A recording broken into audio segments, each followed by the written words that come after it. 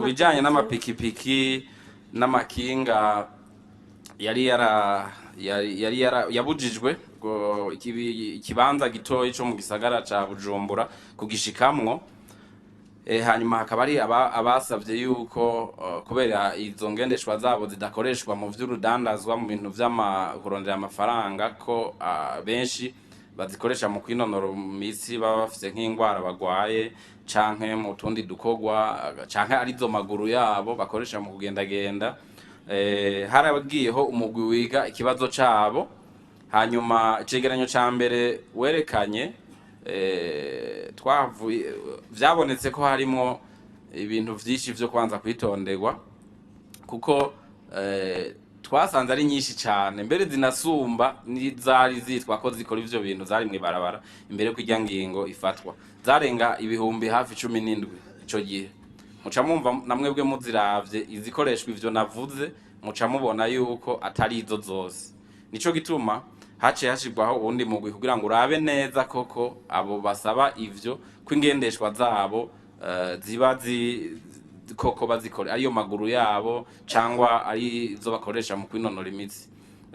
Uwo mugwi wa kabiri rero nawo waragiyeho, ariko nawo nyene wasubiye gusanga ibiharuro ari vyinshi cane.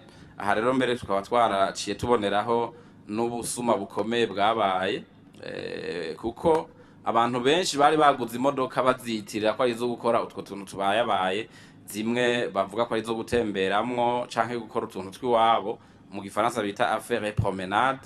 Mugabo bazigura zitwa gutyo baca bazihinduramwo izo gutwara abantu n'ibintu, kandi muzi yuko amafaranga baza bagaca bariha mu kigega ca leta, amakori n'amatagisi acaba iyo bavuze ko atari zo gutwara abantu n'ibintu barihishije acaba makeya cane.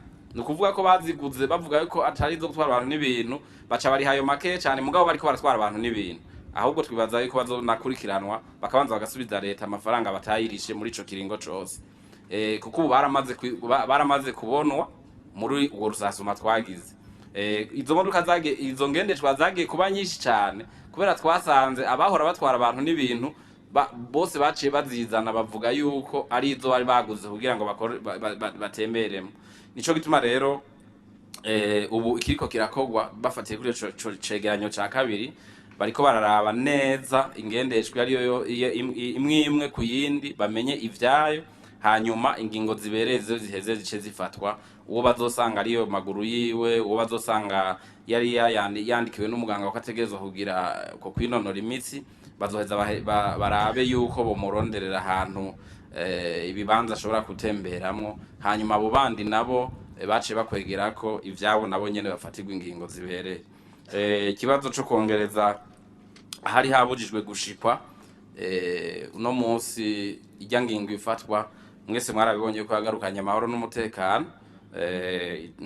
Ico rero kuongereza kuhagabanya, murumva yuko coba kije gusubiza inyuma iyo nyungu y'amahoro n'umutekano yabonetse. Murakoze.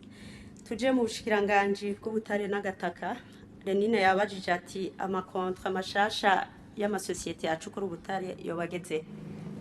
Umuvugizi w'ubushikiranganje bw'amasosiyete